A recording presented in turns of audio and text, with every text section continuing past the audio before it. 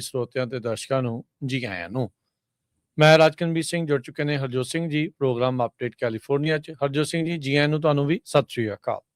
ਸਤਿ ਸ਼੍ਰੀ ਅਕਾਲ, ਧੰਨਵਾਦ ਜੀ ਆਇਆਂ ਨੂੰ। ਪੰਜਾਬੀ ਰੇਡੀਓ USA ਦੇ ਜਿੰਨੇ ਵੀ ਸਰੋਤੇ ਸਾਡੇ ਸਾਰੇ AM ਸਟੇਸ਼ਨਸ, FM ਸਟੇਸ਼ਨਸ, ਘਰਾਂ ਦੇ ਵਿੱਚ ਰੇਡੀਓ ਸੈਟਸ ਦੇ ਰਾਹੀਂ, ਟੈਲੀਫੋਨ ਦੇ ਰਾਹੀਂ, ਫੇਸਬੁੱਕ, YouTube ਤੇ ਲਾਈਵ ਦੇਖ ਰਹੇ ਹੋ, ਸੁਣ ਰਹੇ ਹੋ, ਸਾਰਿਆਂ ਨੂੰ ਜੀ ਆਇਆਂ ਨੂੰ ਤੇ ਬਹੁਤ ਹੀ ਪਿਆਰ ਤੇ ਸਤਿਕਾਰ ਭਰੀ ਸਤਿ ਸ਼੍ਰੀ ਅਕਾਲ। ਸਰੋਤਿਓ, ਅੱਜ ਅਗਸਤ ਦੀ 21 ਤਰੀਕ ਦਾ ਦਿਨ ਸ਼ੁੱਕਰਵਾਰ, ਤੁਹਾਡੇ ਲਈ ਸ਼ਾਮ ਦਾ ਅਪਡੇਟ ਕੈਲੀਫੋਰਨੀਆ ਪ੍ਰੋਗਰਾਮ ਲੈ ਕੇ ਹਾਜ਼ਰ ਹੋਏ ਹਾਂ। ਪ੍ਰੋਗਰਾਮ ਨੂੰ ਤੁਹਾਡੇ ਸਾਰਿਆਂ ਤੱਕ ਪਹੁੰਚਾਉਣ 'ਚ ਸਹਿਯੋਗ ਕਰਦੇ ਨੇ ਖਾਲਸਾ ਇੰਸ਼ੋਰੈਂਸ ਏਜੰਸੀ, ਜਿਨ੍ਹਾਂ ਦੇ ਕੋਲੋਂ ਹਰ ਤਰੀਕੇ ਦੀ ਇੰਸ਼ੋਰੈਂਸ ਤੁਸੀਂ ਕਰਵਾ ਸਕਦੇ ਹੋ। ਇੰਸ਼ੋਰੈਂਸ ਬਾਰੇ ਪਤਾ ਕਰਨ ਲਈ ਕਾਲ 408-272-2500। ਟਿਰਕੇਣਾ ਇਮੀਗ੍ਰੇਸ਼ਨ ਲਾ ਫਰਮ US ਇਮੀਗ੍ਰੇਸ਼ਨ ਦਾ ਹੋਵੇ ਕਿਸੇ ਵੀ ਤਰੀਕੇ ਦਾ ਕੰਮ, ਕਾਲ ਅਟਰਨੀ ਜੇ ਟਿਰਕੇਣਾ 415-909-0503 ਦੇ ਉੱਤੇ। ਇਸ ਦੇ ਨਾਲ ਪ੍ਰੋਗਰਾਮ ਨੂੰ ਸਹਿਯੋਗ ਕੀਤਾ ਹੈ Jaswinder Singh Nagra, Roseville, Gurdev Singh Sohal, Baljinder Singh, Rishpal Kaur Johal, Antelope, Kulwant Singh, Jaspal Kaur Johal, Satnam Singh Tatla, Yuba City, Gurbachan Nagra, Sacramento, Avtar Singh Manjal, Clovis, Sarabjit Singh Dhoot, Yuba City, Gurnek Bagri, Fresno, Paramjit Singh Dakha, Berkeley. ਸਾਰਿਆਂ ਦਾ ਧੰਨਵਾਦ, ਸਭ ਨੂੰ ਜੀ ਆਇਆਂ ਜੀ। ਅੱਜ ਦੀਆਂ ਖਬਰਾਂ ਵੱਲ ਚੱਲੀਏ ਤੇ ਸੁਪਰੀਮ ਕੋਰਟ ਦੇ ਚੀਫ ਜਸਟਿਸ ਨੇ ਅਲਾਓ ਕਰ ਦਿੱਤਾ ਪ੍ਰੈਜ਼ੀਡੈਂਟ ਟਰੰਪ ਉਹਨਾਂ ਦਾ $400 ਮਿਲੀਅਨ ਦਾ ਜਿਹੜਾ ਵਾਈਟ ਹਾਊਸ ਦਾ ਵਾਲ ਰੂਮ ਆ ਉਹ ਬਣਾ ਰਹੇ ਹੈਗੇ। ਚੀਫ ਜਸਟਿਸ ਜੌਨ ਰੋਬਰਟਸ ਉਹਨਾਂ ਨੇ ਇਹ ਕਿਹਾ ਵੀ ਇਹ ਜਿਹੜਾ ਪ੍ਰੋਜੈਕਟ ਆ ਇਹ ਹੁਣ ਚੱਲ ਸਕਦਾ ਹੈਗਾ ਆ। ਟੈਂਪਰੇਰੀ ਆਰਡਰਸ ਉਸ ਟਾਈਮ ਆਏ ਜਦੋਂ ਲੋਅਰ ਕੋਰਟ ਨੇ ਰੂਲਿੰਗ ਦਿੱਤੀ ਸੀ ਤੇ ਵੀ ਇਹਦੇ ਉੱਤੇ ਹਾਲਟ ਕੀਤਾ ਜਾਵੇ, ਇਹਨੂੰ ਬੰਦ ਕੀਤਾ ਜਾਵੇ, ਇਸ ਕੰਸਟਰਕਸ਼ਨ ਨੂੰ। ਸੋ ਸੁਪਰੀਮ ਕੋਰਟ ਨੇ ਇਹ ਡਿਊਰੇਬਲ ਡਿਸੀਜਨ ਇਸ਼ੂ ਕੀਤਾ ਹੈਗਾ। 1 ਪੇਜ ਦਾ ਹੀ ਡਾਕੂਮੈਂਟ ਆ, ਡਿਟੇਲ ਵੀ ਨਹੀਂ ਇਹ ਦੱਸ ਰਿਹਾ ਇਹਦੇ ਵਿੱਚ ਰੋਬਰਟਸ ਨੇ ਵੀ ਕੀ ਰੀਜ਼ਨਿੰਗ ਦਿੱਤੀ ਹੈਗੀ ਆ। ਤੇ ਰੋਬਰਟਸ ਨੇ ਸਾਈਨ ਕਰ ਦਿੱਤੇ ਆਰਡਰ ਕਿਉਂਕਿ ਐਮਰਜੈਂਸੀ ਅਪੀਲ ਜਿਹੜੀ ਆ ਇਹ ਫਾਈਲ ਕੀਤੀ ਗਈ ਸੀਗੀ। ਟਰੰਪ ਉਹਨਾਂ ਨੇ ਥੈਂਕ ਕੀਤਾ ਹੈ ਹਾਈ ਕੋਰਟ ਦਾ ਤੇ ਚੀਫ ਜਸਟਿਸ ਦਾ ਤੇ ਉਹਨਾਂ ਨੇ ਇਹ ਕਿਹਾ ਵੀ ਮੈਂ ਹੁਣ ਇਸ ਜਿਹੜਾ ਵਾਈਟ ਹਾਊਸ ਦਾ ਜੋ ਬਾਲਰੂਮ ਆ ਉਸ ਨੂੰ ਜਲਦੀ ਤੋਂ ਜਲਦੀ ਕੰਪਲੀਟ ਕਰਾਉਂਗਾ। ਜੀ, ਇਹ ਮੁੱਦਾ ਇਸ ਲਈ ਬਣਿਆ ਸੀਗਾ ਵੀ ਵਾਈਟ ਹਾਊਸ ਦੇ ਕੰਪਲੈਕਸ ਦੇ ਵਿੱਚ ਕਾਂਗਰੈਸ਼ਨਲ ਅਪਰੂਵਲ ਤੋਂ ਬਗੈਰ ਟਰੰਪ ਹੋਣਾ ਨੇ ਆਪਣੀ ਐਗਜ਼ੈਕਟਿਵ ਪਾਵਰ ਵਰਤਦੇ ਹੋਏ ਇਹ ਜਿਹੜੀ ਢਾਉਣ ਦਾ ਕੰਮ ਤੇ ਨਵੇਂ ਸਿਰੋਂ ਬਣਾਉਣ ਦੀ ਜਿਹੜੀ ਕਾਰਵਾਈ ਆ ਉਹ ਸ਼ੁਰੂ ਕੀਤੀ ਸੀ। ਫੈਡਰਲ ਜੱਜ ਨੇ ਪਹਿਲਾਂ ਇਸੇ ਚੀਜ਼ ਦੇ ਆਧਾਰ ਦੇ ਉੱਤੇ ਹੀ ਪ੍ਰੀਲਿਮਿਨਰੀ ਇੰਜੰਕਸ਼ਨ ਇਸ ਪ੍ਰੋਜੈਕਟ ਦੇ ਉਲਟ ਜਾਰੀ ਜਿਹੜੀ ਉਹ ਕੀਤੀ ਸੀ। ਫੰਡਿੰਗ ਨੂੰ ਲੈ ਕੇ ਵੀ ਰੌਲਾ ਰੱਪਾ ਜਿਹੜਾ ਉਹ ਪਿਆ।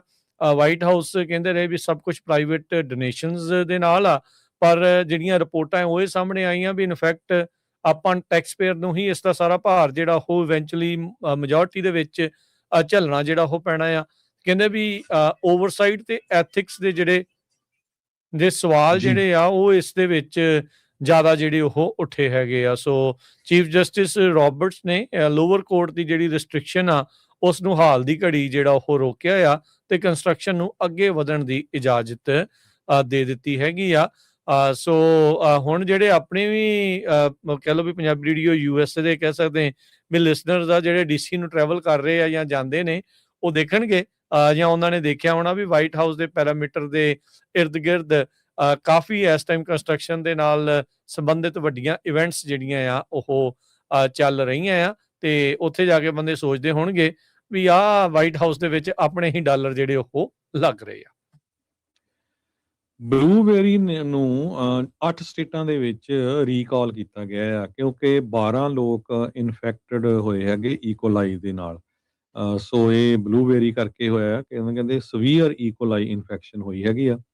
US ਫੂਡ ਤੇ ਡਰੱਗ ਐਡਮਿਨਿਸਟ੍ਰੇਸ਼ਨ ਨੇ ਜੋ ਫਰੋਜ਼ਨ ਬਲੂਬੇਰੀਜ਼ ਹੁੰਦੀਆਂ ਆ ਤੇ ਮਿਕਸਡ ਬੈਰੀਜ਼ ਹੁੰਦੀਆਂ ਆ ਜੋ ਪਬਲਿਕ ਸਟੋਰਸ ਦੇ ਉੱਤੇ ਸੈੱਲ ਕੀਤੀਆਂ ਗਈਆਂ ਆ, ਸੋ ਉਹਨਾਂ ਨੂੰ ਰੀਕਾਲ ਕੀਤਾ ਗਿਆ ਆ। ਕਹਿੰਦੇ ਵੀ ਕਲਾਸ 1 ਇਹਦਾ ਜਿਹੜਾ ਨਾਮ ਆ ਉਹ ਸਾਈਨ ਕੀਤਾ ਗਿਆ ਆ ਜੋ FDA ਨੇ ਰਿਪੋਰਟ ਜਾਰੀ ਕੀਤੀ ਹੈਗੀ ਆ।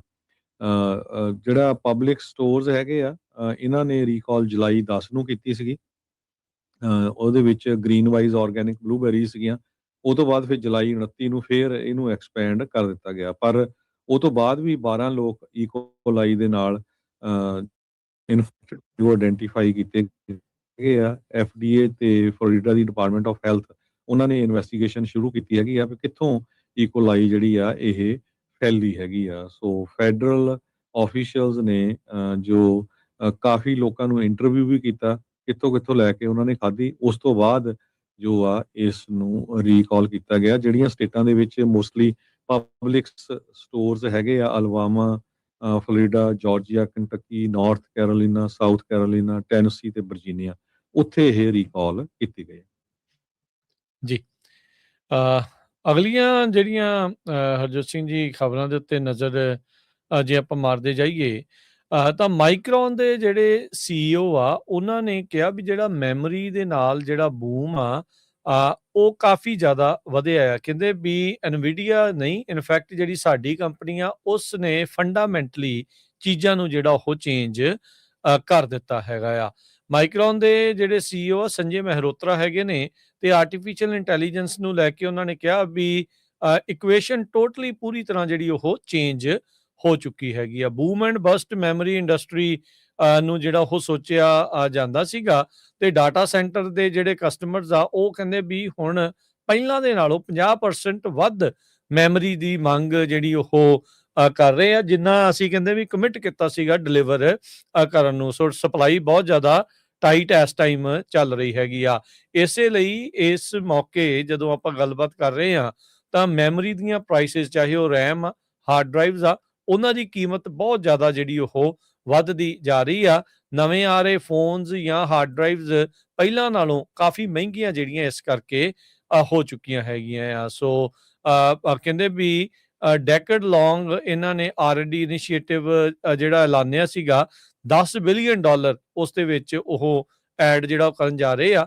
ਤੇ ਜਿਹੜਾ ਮਾਈਕਰੋਨ ਆ ਉਹਨਾਂ ਨੇ ਇਹ ਵੀ ਕਿਹਾ ਵੀ $250 ਬਿਲੀਅਨ ਦੀ ਮੈਨੂਫੈਕਚਰਿੰਗ ਤੇ ਰਿਸਰਚ ਐਂਡ ਡਿਵੈਲਪਮੈਂਟ 2035 ਤੱਕ ਉਹ US ਦੇ ਵਿੱਚ ਜਿਹੜੇ ਉਹ ਲਾਉਣ ਜਾ ਰਹੇ ਆ, ਜਿਹਦੇ ਕਰਕੇ 90,000 ਤੋਂ ਵੱਧ ਅਮਰੀਕਨ ਜੌਬਸ ਜਿਹੜੀਆਂ ਕ੍ਰੀਏਟ ਹੋਣਗੀਆਂ। ਸੋ ਇਹ ਸਿਚੁਏਸ਼ਨ ਜਿਹੜੀ ਇਸ ਟਾਈਮ ਬਣੀ ਆ। ਸੋ ਕਹਿੰਦੇ ਵੀ ਵੱਡੀਆਂ ਜਿਹੜੀਆਂ ਸਕਿੱਲ ਟ੍ਰੇਡਸ ਵਾਲੇ ਜਿਹੜੇ ਆ, ਇੰਜੀਨੀਅਰਿੰਗ ਵਾਲੇ, ਟੈਕ ਦੇ ਨਾਲ ਤੇ ਰਿਕਰੂਟਮੈਂਟ ਆ, ਉਹ ਕਾਫੀ ਜ਼ਿਆਦਾ ਜਿਹੜੀ ਮਿਡ ਵੈਸਟ ਦੇ ਵਿੱਚ ਹੋ ਸਕਦੀ ਹੈਗੀ ਆ, ਕਿਉਂਕਿ ਉੱਥੇ ਇਹਨਾਂ ਨੇ ਆਪਣੀਆਂ ਇਸ ਤਰੀਕੇ ਦੀਆਂ ਮੈਨੂਫੈਕਚਰਿੰਗ ਫੈਸਿਲਿਟੀਜ਼ ਜਿਹੜੀਆਂ ਉਹ ਬਣਾਉਣੀਆਂ।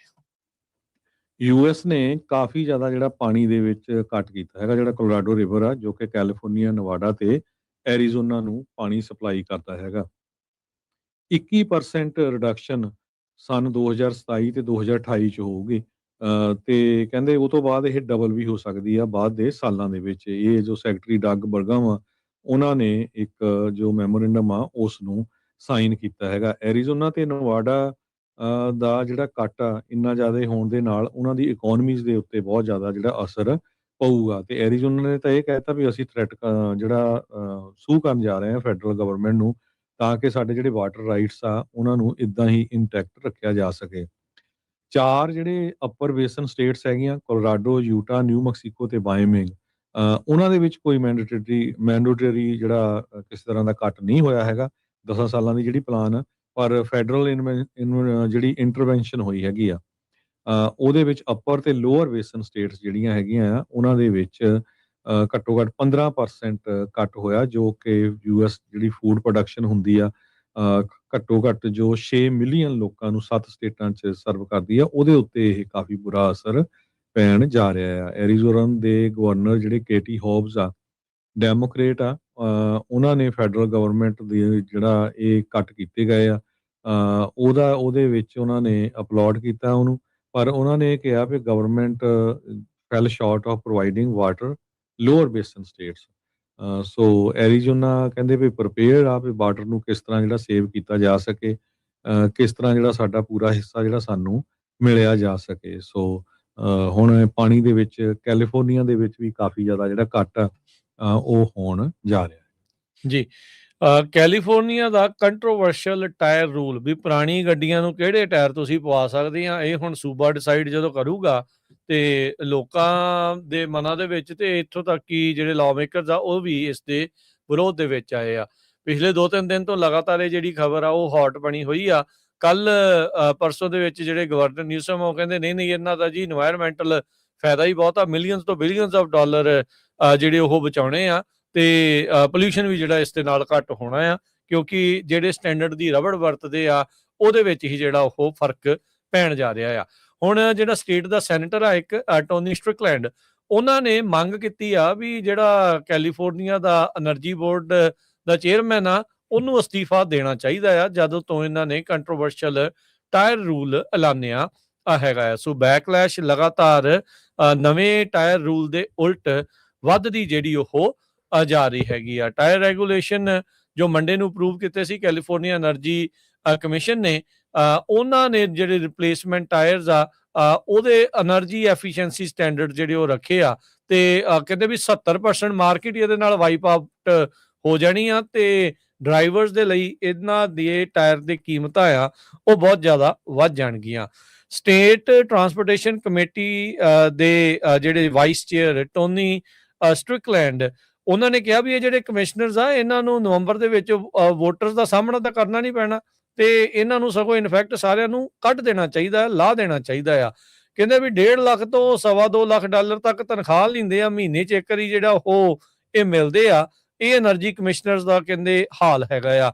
ਚਿੱਠੀ ਲਿਖੀ ਆ ਹੁਣ ਇਹਨਾਂ ਨੇ ਕੱਲ એનર્ਜੀ ਕਮਿਸ਼ਨ ਨੂੰ ਵੀ ਸਾਰੇ ਜਿਹੜੇ 5 ਦੇ 5 ਬੋਰਡ ਮੈਂਬਰਸ ਆ ਉਹ ਰਿਜ਼ਾਈਨ ਜਿਹੜੇ ਉਹ ਕਰਨ, ਤੇ ਜਿਹੜੀਆਂ ਇੱਥੇ ਇਲੈਕਸ਼ਨਸ ਦੇ ਹਿਸਾਬ ਦੇ ਨਾਲ ਲੋਕਾਂ ਨੂੰ ਲਾਇਆ ਜਾਵੇ। ਸੋ ਕਹਿੰਦੇ ਵੀ ਅਨਅਕਾਊਂਟੇਬਲ ਬੋਰਡਸ ਨੇ, ਆਪਣੀ ਮਰਜ਼ੀ ਦੇ ਬੰਦੇ ਜਿਹੜੇ ਇਸ ਦੇ ਵਿੱਚ ਲਾ ਦਿੱਤੇ ਜਾਂਦੇ ਆ। ਸੋ ਉਹਨਾਂ ਨੇ ਇਹ ਵੀ ਮੰਗ ਕੀਤੀ ਵੀ 2029 ਦੇ ਵਿੱਚ ਜਿਹੜੇ ਹਾਈ ਰੈਜ਼ਿਸਟੈਂਸ ਟਾਇਰਸ ਆ, ਇਹਨਾਂ ਨੇ ਇਹ ਕਮਿਸ਼ਨ ਜਿਹੜਾ ਉਹ ਕਹਿ ਰਿਹਾ ਸੀਗਾ ਵੀ 2029 ਦੇ ਵਿੱਚ ਜਿਹੜੇ ਹਾਈ ਰੈਜ਼ਿਸਟੈਂਸ ਟਾਇਰਸ ਆ ਜਿਨ੍ਹਾਂ ਨੂੰ ਜ਼ਿਆਦਾ એનર્ਜੀ ਲੱਗਦੀ ਆ ਚੱਲਦੇ ਰੱਖਣ ਦੇ ਲਈ, ਇਹਨਾਂ ਨੂੰ ਬੈਨ ਹੀ ਜਿਹੜਾ ਉਹ ਕਰ ਦਿੱਤਾ ਜਾਵੇ। ਸੋ ਇਹਨਾਂ ਨੇ 2035 ਤੱਕ ਹਰਜੋਤ ਸਿੰਘ ਜੀ ਸਾਰੀ ਗੱਡੀਆਂ ਵੀ ਗੈਸ ਵਾਲੀਆਂ ਬੰਦ ਕਰਨੀਆਂ, ਨਵੀਆਂ ਵੇਚਣੀਆਂ, ਉਹ ਵੀ ਸਭ ਕੁਝ ਬਿਜਲੀ ਤੇ ਕਰਨਾ ਆ। ਟਾਇਰ ਵੀ ਕਹਿੰਦੇ ਵੀ ਹੁਣ ਅਸੀਂ ਚੇਂਜ ਕਰਨੇ ਆ। ਕੌਣ ਕੀ ਚਲਾਊਗਾ, ਕੀ ਜਿਹੜਾ ਉਹ ਪਵਾਊਗਾ, ਇਹ ਸਾਰਾ ਕੁਝ ਹੁਣ ਜਦੋਂ ਸਰਕਾਰ ਡਿਸਾਈਡ ਕਰੂਗੀ ਤਾਂ ਇਹ ਕੋਈ ਬੜੀ ਚੰਗੀ ਗੱਲ ਜਿਹੜੀ ਉਹ ਨਹੀਂ ਹੁੰਦੀ। ਤੇ ਇਹ ਕਹਿੰਦੇ ਆ ਟਾਇਰ ਇੰਡਸਟਰੀ ਐਸੋਸੀਏਸ਼ਨ ਵਾਲੇ ਕਹਿੰਦੇ ਆ ਵੀ ਜਿਹੜੀ ਇਸ ਮੌਕੇ ਜਦੋਂ ਤੁਸੀਂ ਪੁਰਾਣੇ ਗੱਡੀ ਨੂੰ ਟਾਇਰ ਪਵਾਉਂਦੇ ਆ ਤੇ $81 ਐਵਰੇਜ ਪ੍ਰਾਈਸ ਆਉਂਦੀ ਆ ਟਾਇਰ ਪਵਾਉਣ ਦੀ ਇੱਕ ਟਾਇਰ ਦੀ, ਤੇ ਉਹ ਕੀਮਤ ਆਲਮੋਸਟ ਦੁੱਗਣੀ ਹੋ ਜਾਣੀ ਆ $157 ਤੇ ਪਹੁੰਚ ਜਿਹੜੀ ਉਹ ਜਾਊਗੀ, ਤੇ ਪੂਰੀ ਗੱਡੀ ਦੇ ਵਿੱਚ ਹਿਸਾਬ ਲਾ ਲਓ ਵੀ $300 ਤੁਹਾਨੂੰ ਜ਼ਿਆਦਾ ਐਕਸਟਰਾ ਦੇਣਾ ਪਊਗਾ ਜੇ ਕਮਿਸ਼ਨ ਦੀਆਂ ਸਿਫਾਰਿਸ਼ਾਂ ਦੇ ਹਿਸਾਬ ਦੇ ਨਾਲ ਟਾਇਰ ਪਾਉਣੇ ਪੈ ਗਏ। ਸ਼ੈਫਟਰ ਤੇ ਬੇਕਰਸਫੀਲਡ ਦੇ ਕਾਰਨਰ ਦੇ ਉੱਤੇ ਇੱਕ ਕਾਸਕੋ ਸਟੋਰ ਜੋ ਆ ਉਹ ਪ੍ਰਪੋਜ਼ ਕੀਤਾ ਗਿਆ ਹੈ। ਇਹ ਬਹੁਤ ਵੱਡਾ ਸਟੋਰ ਹੋਊਗਾ, 1,85,000 ਸਕੁਅਰ ਫੁੱਟ ਦਾ। ਸੋ 7th ਸਟੈਂਡਰਡ ਰੋਡ ਤੇ ਕੈਲੋਵੇ ਡਰਾਈਵ, ਇੱਥੇ ਇਹ ਤੀਜਾ ਜਿਹੜਾ ਕਾਸਕੋ ਆ ਇਹ ਬੇਕਰਸਫੀਲਡ 'ਚ ਬਣਨ ਜਾ ਰਿਹਾ ਹੈਗਾ। ਕਹਿੰਦੇ ਵੀ 40,800 ਸਕੁਅਰ ਫੁੱਟ ਦੀ ਰੀਟੇਲ ਤੇ ਕਮਰਸ਼ੀਅਲ ਤੇ ਰੈਸਟੋਰੈਂਟ ਇਹ ਬਿਲਡਿੰਗ ਜਿਹੜੀ ਆ ਇਹ ਅਪਰੂਵ ਕਰ ਦਿੱਤੀ ਗਈ ਹੈਗੀ ਆ। ਬਹੁਤ ਸਾਰੇ ਜਿਹੜੇ ਗੁਆਂਢੀ ਆ ਉਹ ਰੌਲਾ ਪਾ ਰਿਹਾ ਵੀ ਇਹਦੇ ਨਾਲ ਟ੍ਰੈਫਿਕ ਵਧੂਗਾ ਤੇ ਉਹਦਾ ਜਿਹੜਾ ਕੀ ਕੀਤਾ ਜਾਊਗਾ। ਸੋ ਪਰ ਆਲਰੇਡੀ ਕਹਿੰਦੇ ਵੀ ਲੇਨਸ ਅਸੀਂ ਜਿਹੜੀਆਂ ਆ ਐਕਸਟੈਂਡ ਕਰਨ ਜਾ ਰਹੀਆਂ ਹੈਗੀਆਂ। ਡਿਵੈਲਪਰ ਜਿਮ ਹਾਲਫਰਟੀ ਜੋ ਆ ਉਹਨਾਂ ਨੇ ਇਹ ਕਿਹਾ ਵੀ 2 ਲੇਨ ਕੈਲੋਵੋ ਡਰਾਈਵ ਤੋਂ 4 ਲੇਨ ਅਸੀਂ ਬਣਾ ਦੇਵਾਂਗੇ ਤਾਂ ਕਿ ਜਿਹੜਾ ਟ੍ਰੈਫਿਕ ਆ ਉਹ ਜ਼ਿਆਦਾ ਨਾ ਕੰਜਸਟਡ ਹੋਵੇ। ਪਰ ਬਹੁਤ ਵੱਡਾ ਜਿਹੜਾ ਕਾਸਕੋ ਆ ਬੇਕਰਸਫੀਲਡ ਦੇ ਵਿੱਚ, ਜੋ ਬੇਕਰਸਫੀਲਡ ਤੇ ਸ਼ੈਫਟਰ ਦਾ ਜਿਹੜਾ ਏਰੀਆ ਹੈਗਾ ਆ ਉੱਥੇ ਬਣਨ ਜਾ ਰਿਹਾ ਹੈਗਾ ਜੀ। ਐਡਮਿੰਟਨ ਦੇ ਗੁਰਦੁਆਰਾ ਨਾਨਕਸਰ ਗੁਰਸਿੱਖ ਟੈਂਪਲ ਦੇ ਉੱਤੇ ਜਿਹੜੇ ਹਮਲੇ ਦੇ ਵਿੱਚ 2 ਜਣੇ ਜਿਹੜੇ ਜ਼ਖਮੀ ਹੋਏ ਆ, ਤੇ ਹੁਣ ਇਹ ਵੀ ਪਤਾ ਲੱਗਾ ਆ ਸ਼੍ਰੀ ਗੁਰੂ ਗ੍ਰੰਥ ਸਾਹਿਬ ਜੀ ਦੀ ਵੀ ਬੇਅਦਬੀ ਹੋਈ ਆ ਉੱਥੇ। ਆਈ ਥਿੰਕ ਗੁਰੇਮੂਲ ਦਾ ਬੰਦਾ ਜੋ ਕਿ ਕੁਝ ਸਮਾਂ ਪਹਿਲਾਂ ਹੀ ਇੱਕ ਹੋਰ ਸੰਗੀਨ ਜੁਰਮ ਦੇ ਵਿੱਚੋਂ ਰਿਹਾ ਹੋ ਕੇ ਆਇਆ ਸੀ, ਉਸ ਬੰਦੇ ਨੇ ਇੱਥੇ ਹਮਲਾ ਕੀਤਾ ਆ। ਕੈਨੇਡਾ ਦਾ ਜਿਹੜਾ ਪ੍ਰਾਈਮ ਮਿਨਿਸਟਰ, ਉੱਥੋਂ ਦੀ ਲੋਕਲ ਪ੍ਰੀਮੀਅਰ ਸੂਬੇ ਦੀ, ਉੱਥੋਂ ਦੇ ਮੇਅਰ, ਉਹਨਾਂ ਸਾਰਿਆਂ ਨੇ ਇਸ ਪੂਰੇ ਹਮਲੇ ਦੀ ਜਿਹੜੀ ਹੁਣ ਨਿੰਦਾ ਜਿਹੜੀ ਉਹ ਕੀਤੀ ਹੈਗੀ ਆ। ਸਿੱਖਾਂ ਨੂੰ ਇਸ ਦੇ ਵਿੱਚ ਇਕੱਠੇ ਹੋਣਾ ਚਾਹੀਦਾ ਵੀ ਇਹ ਜਿਹੜਾ ਵੱਧ ਰਹੀ ਨਸਲੀ ਹਿੰਸਾ ਆ ਇਸ ਦਾ ਜੜ ਤੱਕ ਪਹੁੰਚ ਕੇ ਤੇ ਇਸ ਨੂੰ ਜਿਹੜਾ ਉਹ ਦੇਖਣਾ ਚਾਹੀਦਾ ਆ। ਬਹੁਤ ਸਾਰੇ ਲੋਕ ਇਹੀ ਕਹੀ ਜਾ ਰਹੇ ਆ ਵੀ ਇਹਨਾਂ ਨੂੰ ਆਪ ਧਿਆਨ ਰੱਖਣਾ ਚਾਹੀਦਾ। ਇਹਦੇ ਵਿੱਚ ਹੁਣ ਧਿਆਨ ਕੀ ਰੱਖੇ ਹਰਜੋਤ ਸਿੰਘ ਜੀ? ਹੁਣ ਜਿਹੜੀ ਵਰਸ਼ਿਪ ਵਾਲੀ ਪਲੇਸ ਆ ਉੱਥੇ ਹੁਣ ਬੰਦਾ ਜਾਂ ਤਾਂ ਰੱਬ ਦੇ ਨਜ਼ਦੀਕ ਹੋਣ ਦੇ ਲਈ ਜਿਹੜਾ ਉਹ ਜਾਂਦਾ ਆ, ਚਲੋ ਸਤਰਕ ਰਹਿਣਾ ਇੱਕ ਚੰਗੀ ਜਿਹੜੀ ਉਹ ਗੱਲ ਆ, ਪਰ ਇੱਥੇ ਸਾਰਾ ਜਿਹੜਾ ਕਸੂਰ ਉਸ ਅਟੈਕਰ ਦਾ ਹੈਗਾ ਆ। ਕਈਆਂ ਨੂੰ ਆਪਣੇ ਸਿਰ ਆਪ ਹੀ ਜਿਹੜਾ ਕਹਿ ਲਓ ਵੀ ਆਪਣੇ ਆਪ ਨੂੰ ਹੀ ਬੁਰਾ ਜਿਹੜਾ ਉਹ ਮਨਾਉਣ ਦੀ ਜਿਹੜੀ ਜ਼ਿਆਦਾ ਆਦਤ ਆਪਣੇ ਕਈ ਸਿੱਖ ਦੇ ਐਂਗਲਸ ਦੇ ਵਿੱਚ ਬਣ ਚੁੱਕੀ ਆ। ਪਰ ਇਹ ਜਿਹੜੇ ਅਟੈਕ ਦੀ ਓਵਰਆਲ ਨਿੰਦਾ ਜਿਹੜੀ ਉਹ ਹੋ ਰਹੀ ਹੈਗੀ ਆ। ਸੋ ਉਸ ਬੰਦੇ ਨੂੰ ਉੱਦਾਂ ਕਹਿੰਦੇ ਵੀ ਗ੍ਰਿਫਤਾਰ ਕਰ ਲਿਆ ਗਿਆ ਹੈਗਾ ਆ। ਤੇ ਇਹ ਜਿਹੜਾ ਹਰਜੋਤ ਸਿੰਘ ਜੀ ਕਹਿੰਦੇ ਆ ਵੀ 20s ਦੇ ਵਿੱਚ ਸੀਗਾ ਜਿਸ ਨੇ ਇਹ ਅਟੈਕ ਕੀਤਾ ਸੀਗਾ। ਤੇ ਕਹਿੰਦੇ ਵੀ ਇਸ ਨੂੰ ਥੋੜਾ ਚਿਰ ਪਹਿਲਾਂ ਹੀ ਪ੍ਰਿਜ਼ਨ ਦੇ ਵਿੱਚੋਂ ਵੀਰਵਾਰ ਨੂੰ ਹੀ ਇਸ ਨੂੰ ਰਿਲੀਜ਼ ਕੀਤਾ ਸੀ ਤੇ ਇਸ ਨੇ ਸ਼ੁਰੇਬਾਜ਼ੀ ਕਰਦੇ ਹੋਏ ਗੁਰਦੁਆਰਾ ਸਾਹਿਬ ਦੇ ਵਿੱਚ 2 ਜਾਣੇ ਜਿਹੜੇ ਉਹ ਹੁਣ ਜ਼ਖਮੀ ਜਿਹੜੇ ਉਹ ਕੀਤੇ ਹੈਗੇ ਆ। ਸੋ ਐਡਮਿੰਟਨ ਪੁਲਿਸ ਸਰਵਿਸ ਨੇ ਕਨਫਰਮ ਕੀਤਾ। ਇੱਕ ਟਾਈਮ ਦੇ ਉੱਤੇ ਜਿਹੜੀ ਵੈਨਕੂਵਰ ਦੀ ਪੁਲਿਸ ਆ ਉਹਨਾਂ ਨੇ ਇਹ ਚੇਤਾਵਨੀ ਦਿੱਤੀ ਸੀਗੀ ਵੀ ਇਦਾਂ ਦਾ ਹਮਲਾ ਵੈਨਕੂਵਰ ਸਾਈਡ ਗੁਰੂ ਘਰਾਂ ਦੇ ਵਿੱਚ ਵੀ ਹੋ ਸਕਦਾ ਹੈਗਾ ਆ, ਪਰ ਬਾਅਦ ਦੇ ਵਿੱਚ ਉਹਨਾਂ ਨੇ ਉਹ ਜਿਹੜੀ ਚੇਤਾਵਨੀ ਆ ਉਸ ਨੂੰ ਵਾਪਸ ਲੈ ਲਿਆ ਸੀਗਾ। ਸੋ ਇਹ ਜਿਹੜੀ ਸਿਚੁਏਸ਼ਨ ਇਸ ਟਾਈਮ ਇਸ ਬਾਬਤ ਜਿਹੜੀ ਉਹ ਬਣੀ ਜਿਹੜੀ ਹੈਗੀ ਆ। 2 ਜਾਣੇ ਜਿਹੜੇ ਫੱਟੜ ਹੋਏ ਆ, ਬੰਦਾ ਜਿਹੜਾ ਇਸ ਟਾਈਮ ਕਸਟਡੀ ਦੇ ਵਿੱਚ ਲੈ ਲਿਆ ਗਿਆ ਹੈਗਾ ਆ। ਸੋ ਨਿਊਜ਼ ਕਾਨਫਰੰਸ ਅੱਜ ਹੀ ਜਿਹੜੀ ਇਸ ਬਾਬਤ ਹੋਈ ਸੀ। ਜਿਹੜੇ ਜ਼ਖਮੀ ਹੋਏ ਲੋਕ ਆ ਇੱਕ 51 ਸਾਲ ਦਾ ਤੇ ਇੱਕ 75 ਸਾਲ ਦਾ ਜਿਹੜਾ ਉਹ ਦੱਸਿਆ ਜਿਹੜਾ ਉਹ ਜਾਂਦਾ ਆ। ਕਹਿੰਦੇ ਵੀ ਜਿਹੜੇ ਉੱਥੇ ਵਿਟਨੈਸ ਸੀਗੇ ਉਹਨਾਂ ਨੇ ਝੱਟ ਦੇਣੀ ਉਸ ਬੰਦੇ ਨੂੰ ਕਾਬੂ ਦੇ ਵਿੱਚ ਕੀਤਾ ਤੇ ਡਿਟੇਨ ਜਿਹੜਾ ਉਹ ਕਰ ਲਿਆ। ਤੇ ਫਿਰ ਕੁਛ ਹੀ ਮਿੰਟਾਂ ਦੇ ਵਿੱਚ ਜਦ ਪੁਲਿਸ ਪਹੁੰਚਦੀ ਆ ਤਾਂ ਉਹਨਾਂ ਨੇ ਉਸ ਨੂੰ ਡਿਟੇਨ ਕਰਕੇ ਜਿਹੜਾ ਆ ਉਹ ਲੈ ਗਏ ਆ। ਸੋ 27 ਸਾਲਾਂ ਦਾ ਇਹ ਬੰਦਾ ਸੀਗਾ ਜਿਹਦੇ ਉੱਤੇ ਜਿਹੜੇ ਚਾਰਜਿਸ ਅਜੇ ਪੈਂਡਿੰਗ ਪਏ ਜਿਹੜੇ ਹੈਗੇ ਆ। ਸੋ ਇਹ ਹੇਟ ਕ੍ਰਾਈਮ ਦਾ ਮੁੱਦਾ ਜਿਹੜਾ ਉਹ ਲੱਗ ਰਿਹਾ ਆ, ਪਰ ਉਹ ਯੂਨਿਟ ਨੂੰ ਅਜੇ ਇੱਥੇ ਬੁਲਾਇਆ ਨਹੀਂ ਗਿਆ ਤੇ ਪੁਲਿਸ ਕਹਿੰਦੇ ਵੀ ਕੰਮ ਕਰ ਰਹੀ ਆ ਇਹ ਮੇਕ ਸ਼ੋਰ ਕਰਨ ਦੇ ਲਈ ਵੀ ਇਸ ਦੇ ਵਿੱਚ ਹੇਟ ਇਨਵੋਲਵਡ ਹੈ ਜਾਂ ਨਹੀਂ। ਉਹ ਇਹ ਤਾਂ ਚਲੋ ਬਾਅਦ ਦੀ ਗੱਲ ਆ, ਇਹ ਕਰਨਗੇ, ਪਰ ਲੋਕ ਇਹੀ ਜਿਹੜੀ ਉੱਥੇ ਮਹਿਸੂਸ ਜਿਹੜੀ ਉਹ ਕਰ ਰਹੇ ਆ ਵੀ ਇਹ ਕਿਤੇ ਨਾ ਕਿਤੇ ਨਫ਼ਰਤੀ ਹਿੰਸਾ ਦੇ ਵਿੱਚੋਂ ਹੀ ਨਫ਼ਰਤ ਦੇ ਵਿੱਚੋਂ ਹੀ ਉਪਜੀ ਹੋਈ ਇਹ ਹਿੰਸਾ ਜਿਹੜੀ ਉਹ ਹੈਗੀ ਆ। ਸੋ ਹੋਪਫੁਲੀ ਜਿਹੜੇ ਦੋਨਾਂ ਜਾਣਿਆਂ ਦੇ ਜਿਨ੍ਹਾਂ ਦੇ ਇਹਨੇ ਛੁਰੇ ਮਾਰੇ ਆ ਜਾਂ ਕੋਈ ਵੀ ਤੇਜ਼ ਹਥਿਆਰ ਮਾਰਿਆ ਆ ਵੀ ਉਹ ਜਲਦੀ ਠੀਕ ਹੋ ਜਾਣ। ਸਨੈਪ ਪ੍ਰੋਗਰਾਮ ਆ ਉਹਦੇ ਵਿੱਚ ਜਿਹੜੀ ਐਨਰੋਲਮੈਂਟ ਆ ਧੜਾ ਥੱਲੇ ਨੂੰ ਜਾ ਰਹੀ ਆ। 13% ਐਨਰੋਲਮੈਂਟ ਉਹਦੇ ਵਿੱਚ ਡ੍ਰੌਪ ਹੋਈ ਆ ਪਿਛਲੇ 12 ਮਹੀਨਿਆਂ ਦੇ ਵਿੱਚ।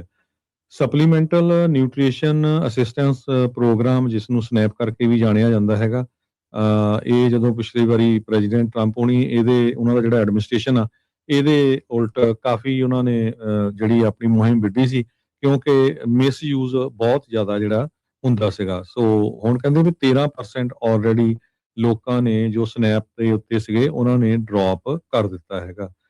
ਸੋ ਆਉਣ ਵਾਲੇ ਸਮੇਂ 'ਚ ਕਹਿੰਦੇ ਵੀ ਇਹ ਜਿਹੜਾ 50% ਤੱਕ ਵੀ ਜਾ ਸਕਦਾ ਹੈਗਾ ਆ। ਸੋ ਜਿਹੜੀ ਐਲੀਜੀਬਿਲਿਟੀ ਰਿਕੁਆਇਰਮੈਂਟ ਆ ਉਹ ਕਾਫੀ ਜ਼ਿਆਦਾ ਟਾਈਟ ਕਰ ਦਿੱਤੀਆਂ ਗਈਆਂ ਹੈਗੀਆਂ ਆ। 10 ਵਿੱਚੋਂ 1 ਜਾਣੇ ਨੂੰ ਸਨੈਪ ਪ੍ਰੋਗਰਾਮ ਆ ਉਹ ਹੈਲਪ ਕਰਦਾ ਸੀ ਫੂਡ ਵਗੈਰਾ ਖਰੀਦਣ ਦੇ ਲਈ। ਬਹੁਤੇ ਲੋਕ ਜਿਹੜੇ ਬੈਨੀਫਿਸ਼ਰੀ ਸੀ ਇਸ ਪ੍ਰੋਗਰਾਮ ਦੇ ਉਹ ਜਿਹੜੇ ਪਾਵਰਟੀ ਲਾਈਨ ਤੋਂ ਥੱਲੇ ਜਿਨ੍ਹਾਂ ਦੀ ਇਨਕਮ ਆ ਉਹ ਹੀ ਆਉਂਦੇ ਸੀ ਤੇ ਪਰ ਹਾਊਸ ਹੋਲਡ $344 ਤੱਕ ਜਿਹੜਾ ਆ ਉਹ ਐਵਰੇਜ ਸਨੈਪ ਦਾ ਜਿਹੜੇ ਫੂਡ ਸਟੈਂਪਾਂ ਆ ਉਹ ਦਿੱਤੀਆਂ ਜਾਂਦੀਆਂ ਸੀਗੀਆਂ। ਕਈਆਂ ਨੂੰ ਤਾਂ ਬਹੁਤ ਜ਼ਿਆਦਾ ਵੀ ਮਿਲਦੀਆਂ ਸੀਗੀਆਂ। ਜਿਹੜਾ ਸਨੈਪ ਦਾ ਐਨਰੋਲਮੈਂਟ ਡਾਟਾ ਆ ਉਹ ਕਹਿੰਦੇ ਪਈ 42.2 ਮਿਲੀਅਨ ਮਈ 2025 ਸੀ, ਉਥੋਂ ਹੁਣ ਘਟ ਕੇ 36.6 ਮਿਲੀਅਨ ਮਈ 2026 ਚ ਰਹਿ ਗਿਆ। ਸੋ 13% ਘਟ ਹੋਇਆ ਹੈਗਾ ਆ। ਸੋ ਇਹਦਾ ਜਿਹੜਾ ਅਸਰ ਆ ਕਾਫੀ ਜ਼ਿਆਦਾ ਪੈ ਰਿਹਾ ਹੈਗਾ ਜੀ। ਤੇ ਜਾਂਦੇ ਮਾਰਕੀਟਸ ਦੇ ਉੱਤੇ ਜੇ ਆਪਾਂ ਨਜ਼ਰ ਮਾਰਦੇ ਜਾਈਏ ਤਾਂ ਅੱਜ ਜਿਹੜੇ ਡਾਓ ਜੋਨ ਆ ਉਹ 500 ਤੇ 18 ਪੁਆਇੰਟ ਵਧਿਆ, 53,277 ਦੇ ਉੱਤੇ ਬੰਦ ਹੋਇਆ। S&P 33 ਪੁਆਇੰਟ ਵੱਧ ਕੇ 7674, ਨੈਸਡੈਕ 113 ਪੁਆਇੰਟ ਵੱਧ ਕੇ 26,180 ਦੇ ਉੱਤੇ ਬੰਦ ਹੋਇਆ। ਸੋਨੇ ਦਾ ਭਾਅ $4600 ਤੇ $62 ਪ੍ਰਤੀ ਟਰਾਈ ਆਉਂਸ, ਕੱਚੇ ਤੇਲ ਦੀ ਕੀਮਤ $87 ਪ੍ਰਤੀ barrel, 10 year yield 4.73%, crypto currency 'ਚ ਬਿਟਕੋਇਨ 77,936 ਤੇ ਇਥੀਰੀਅਮ $2520 ਦੇ ਬਰਾਬਰ ਚੱਲ ਰਿਹਾ ਹੈ। $1 ਦੇ ਬਰਾਬਰ ਕੈਨੇਡਾ ਦੇ $1 ਤੇ 38 ਸੈਂਟ ਰਹੇ ਆ, ਇੰਡੀਆ ਦੇ $95 ਤੇ 66 ਪੈਸੇ, ਪਾਕਿਸਤਾਨ ਦੇ $277 ਤੇ 60 ਪੈਸੇ। ਇੱਥੇ ਪ੍ਰੋਗਰਾਮ ਦੀ ਸਮਾਪਤੀ। ਮੇਰੇ ਰਾਜਕਰਮਵੀਰ ਸਿੰਘ ਵੱਲੋਂ ਤੇ ਹਰਜੋਤ ਸਿੰਘ ਵੱਲੋਂ ਸਭ ਨੂੰ ਪਿਆਰ ਭਰੀ ਸਤਿ ਸ੍ਰੀ ਅਕਾਲ। ਜਿੰਦੇ ਵਾਸਤੇ ਰਹੋ, ਹੱਸਦੇ ਖੇਲਦੇ ਰਹੋ, ਸੁਣਦੇ ਰਹੋ, ਦੇਖਦੇ ਰਹੋ ਪੰਜਾਬੀ ਰੇਡੀਓ ਯੂਐਸ।